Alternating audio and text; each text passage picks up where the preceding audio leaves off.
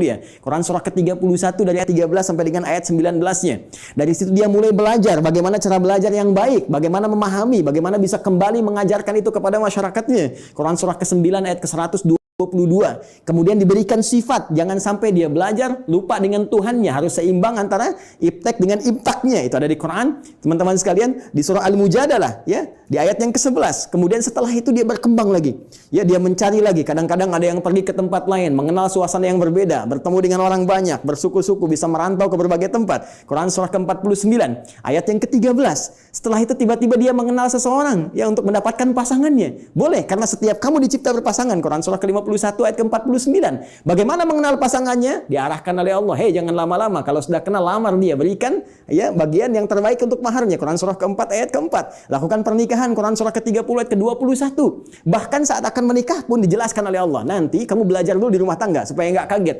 Ini tugasmu laki-laki begini, tugas perempuan begini. Quran surah ke-4 ayat 34. Bahkan kalau ada persoalan begini cara menyelesaikannya sampai di ayat ke-35-nya. Kemudian diberikan tugas, ayah, kamu akan mulai mencari nafkah. Begini cara mencari nafkah yang standar. Quran surah kedua ayat 168. Kalau kamu ingin cepat, baru bergerak sedikit, rezeki diberikan keberkahan. Quran surah kedua ayat 172. Kalau kamu belum bergerak mengamalkan amalan ini, Allah berikan kemudahan rezeki kepadamu. Quran surah ke-7 ayat ke-96. Tapi jangan khawatir, ketika engkau bisa mensyukuri semua nikmat itu akan tambah nikmatnya. Quran surah ke-14 ayat ke-7. Tapi kamu jangan lupa, kamu bekerja mungkin akan mengalami tantangan. Ada yang tidak suka, ada yang akan menyingkirkan, menyungkurkan, ada tantangannya. Ya, pelajari dengan sempurna. Ini loh secara umumnya dari mulai ringan sampai berat. Quran surah kedua ayat 214. Ya, kemudian rinciannya Quran surah kedua ayat 155 sampai 157. Cara menyelesaikannya Quran surah ketiga ayat 142. Kalau kamu bekerja, kamu lelah, tiba-tiba kemudian kamu sakit, merasa nggak enak, nyaman, ada zikir Nabi Ibrahim, Quran surah ke-26, ayat ke-80. Kalau penyakitnya berat, kata dokter mustahil sembuh, nggak ada yang mustahil. Amalkan zikir Nabi Ayub, saya sembuhkan seperti saya sembuhkan Ayub. Quran surah ke-21, ayat 83 sampai 84. Tugas seorang istri, ya, bisa merawat anaknya. Kadang-kadang tidak mudah itu semua. Ada yang berkata, bagaimana mendidik dengan baik? Quran surah ke-17, ayat 23 sampai dengan ke-27-nya. Sampai mereka dewasa, sampai usia 40 tahun, masih diberikan amalan untuk bakti pada kedua orang tuanya. Quran surah ke-46 di ayat yang ke-15. Sampai kemudian hidup lebih jauh lagi, sampai tiba-tiba ada dalam keadaan pikunnya. Ya, Quran surah ke-22 ayat yang kelima itu di bagian bawahnya. Sampai kemudian setelah itu dijelaskan oleh Allah, kalau kamu akan nanti wafat, pasti kamu wafat. Siapkan cara wafatmu supaya indah. Kamu hidup untuk tenang, wafat pun harus tenang. Turun Quran surah ke-89 ayat 27 sampai 30. Ya ayat Tuhan nafsul mutmainnah. Kamu saya berikan hidup di dunia untuk tenang, wafat pun harus tenang. Ya, kemudian setelah itu apa yang terjadi? Anda akan mengalami situasi di alam kubur, dijelaskan lagi. Ya, bahkan jelas. Afala ya'lamu idza mu'tarama fil kubur. Setelah itu disampaikan situasi di dalamnya. Bisa kamu siapkan sejak di dunia. Ini loh yang paling bagus. Ada layanan dengan semua keberkahan, kenikmatan, sampai-sampai dia akan menyampaikan kepada orang yang belum wafat. Kalau bisa kerjakan ini, kalau mampu kerjakan supaya kamu cepat nyusul. Di sini enak, lebih enak daripada di situ. Quran surah ketiga ayat 169 sampai dengan 172. Bahkan setelah itu terjadi apa? Dijelaskan lagi. Teman-teman sekalian, muncul surah Al-Qiyamah surah ke-75. Setelah itu dijelaskan lagi. Ya, mau masuk kemana? Ini yang masuk ke surga, ini turunannya. Surga bersama Rasulullah. Quran surah ke-4 ayat 69. Di taman surga. Quran surah 51 ayat 15 sampai dengan ke-23. Surga yang seluas langit dan bumi. Quran surah ketiga 133 sampai dengan 134. Surga yang kelas biasa tapi nikmat. Quran surah kedua ayat ke-25. Supaya kita membawa persiapan untuk mendapatkan itu semua. Kalau gagal pun dijelaskan lagi. Ya, kalau kamu nanti main-main dengan ini semua, hadapi situasi di alam kubur begini, ada ayatnya. Situasi di hari kiamat begini, ada ayatnya. Sampai dengan muaranya pun ada ayatnya. Karena itu, kalau Anda tidak percaya, silahkan cek. Cuma dalam Al-Quran, semua kegiatan kita diatur dengan sempurna. Dan detailnya dijelaskan oleh Rasulullah SAW melalui petunjuk yang bahkan langsung ditegaskan oleh Al-Quran. Buka Quran surah ketiga, ayat 31.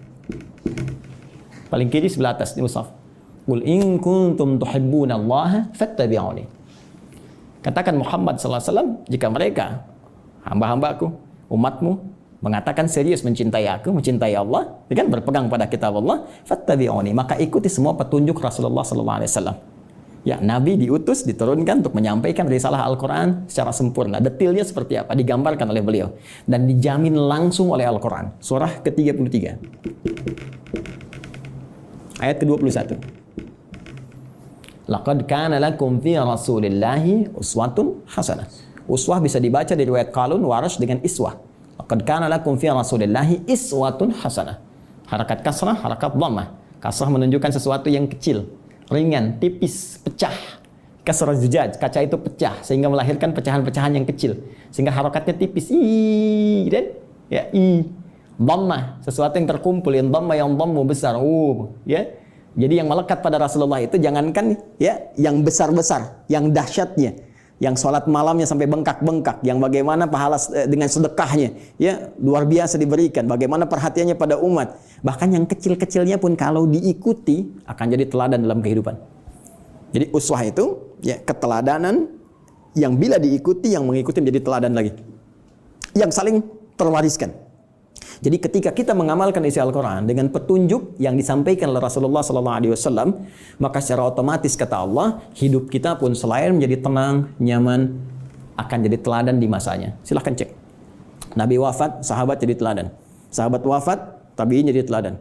Sampai sekarang kita kenang. Semua yang mendekat kepada Al-Quran, demi Allah saya katakan, jika mendekatnya dengan cara yang benar, pasti akan mendapatkan semua kenikmatan yang dijamin tadi. Sekarang bagian terakhirnya, mohon izin dengan cepat sekali, bagian terakhirnya, bagaimana kita mengeluarkan petunjuk Al-Quran ini sehingga menjadi pedoman dalam kehidupan. Ternyata sekarang itu begitu mudah. Dulu zaman Rasulullah, sahabat berjuang, ya mengatasi banyak persekusi, bahkan ada yang dieksekusi dan sebagainya. Bahkan belum ada media seperti sekarang, ya. Ada yang tinggal ngeklik saja keluar informasinya dan sebagainya. Tadi Ustaz Amir Faisal sudah menyampaikan, ya, perjuangannya sangat berat. Tapi yang paling menarik, ternyata dari perjuangan yang sangat berat dan dahsyat itu yang terwariskan pada generasi setelahnya. Zaman sahabat banyak menghafal, mengajarkan, menyebar, tabi'in menghafal dan seterusnya. Itu membawa manfaat yang besar bagi kehidupan kita.